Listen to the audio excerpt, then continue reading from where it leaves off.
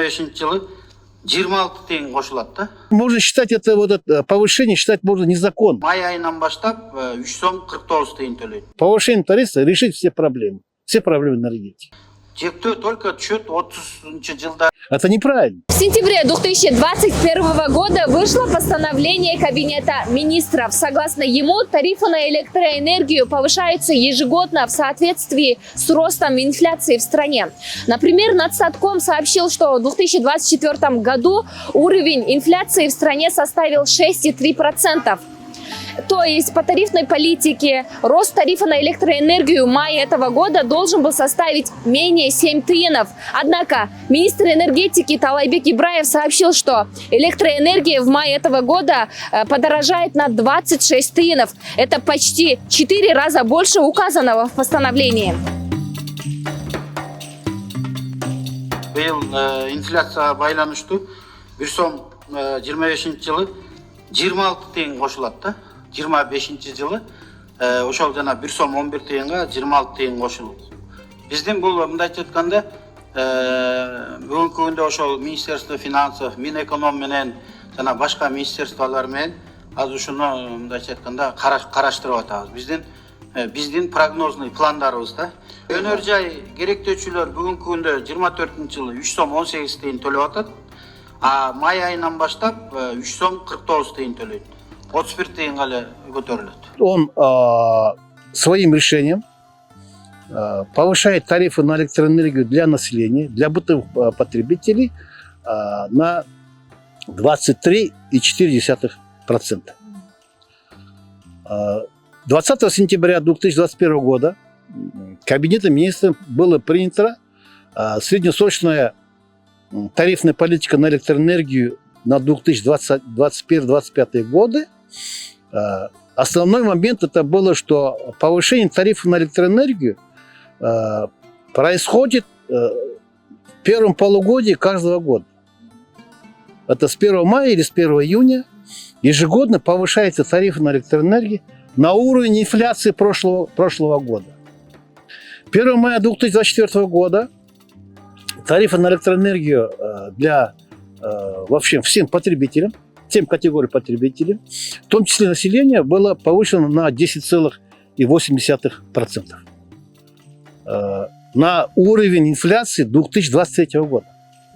Уровень инфляции в 2023 году составлял 10,8%. И с 1 июня повышается на 10,8%. Значит, до 1 мая был тариф электроэнергии 1 сом, а с 1 мая 2025 года она устанавливается 1 сом 11 тиын. Такое же повышение состоялось и для потребителей свыше 700 кВт-час электроэнергии, также для промышленных предприятий и отдельных категорий, и для небытовых организаций. Надо здесь еще указать, что 19 октября тем же по инициативе Министерства энергетики и промышленности было повышено тарифы на электроэнергию небытовым потребителям.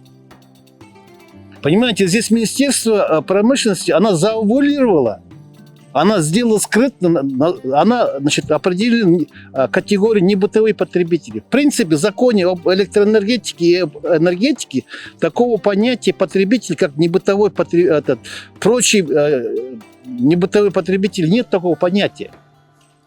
И поэтому можно считать это повышение можно незаконно.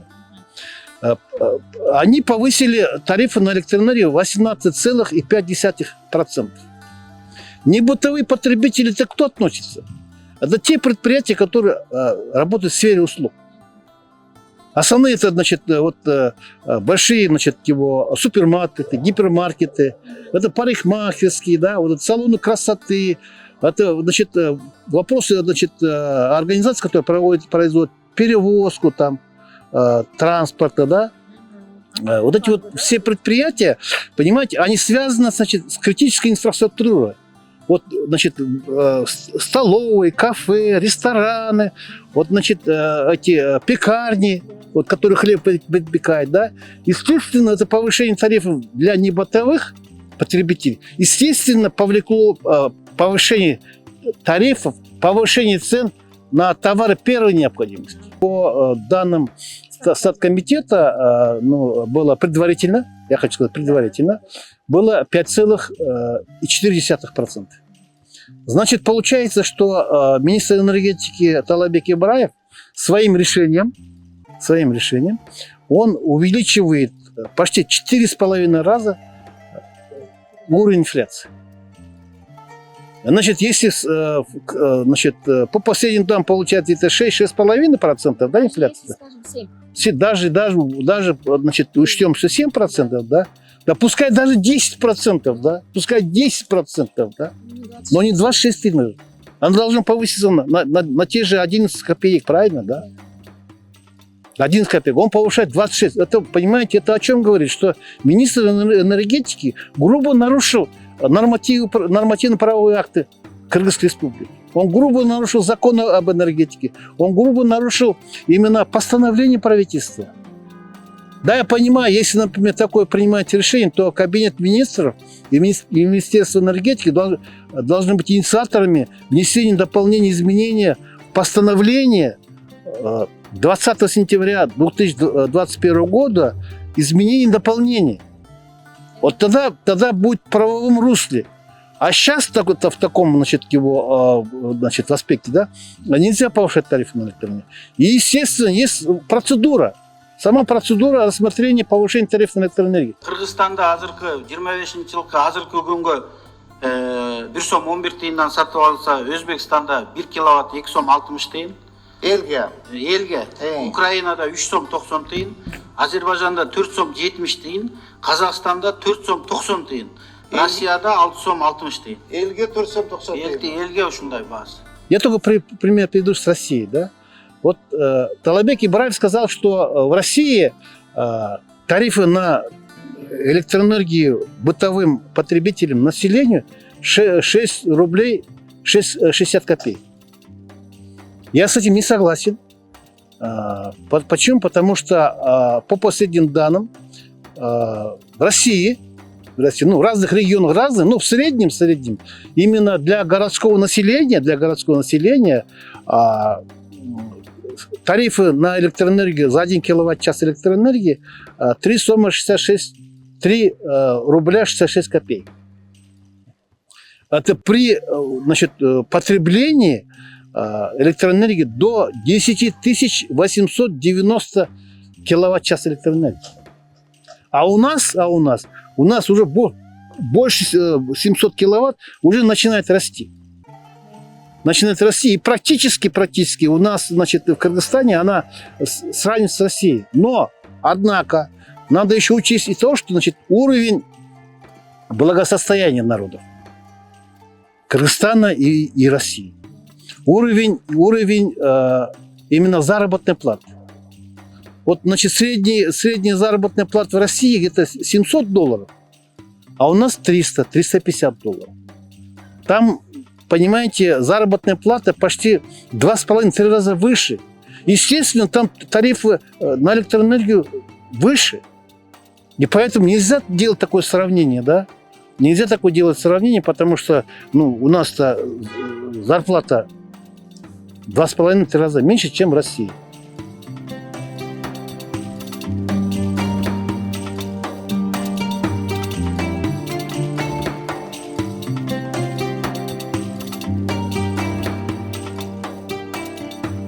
Министерство энергетики, да, они стараются только одним вопросом, да, повышением тарифа решить все проблемы энергетики. Это неправильно. Потому что самая основная задача любой организации, да, акционерного общества, частной коммерческой организации, государственного предприятия – это получение прибыли. И для того, чтобы вывести энергетическую отрасль на прибыль, необходимо не только повышать тарифы на электроэнергию. Особенно в Кыргызстане энергетическая система считается одной из коррумпированных министерств, ведомств в Кыргызстане. Естественно, насколько уровень поднимаем тарифы на определенный уровень, да, на определенный процент, настолько же повышается уровень коррупции. Понимаете, практически такое мы не ощущаем именно вот, улучшение и развития энергетической отрасли. Да?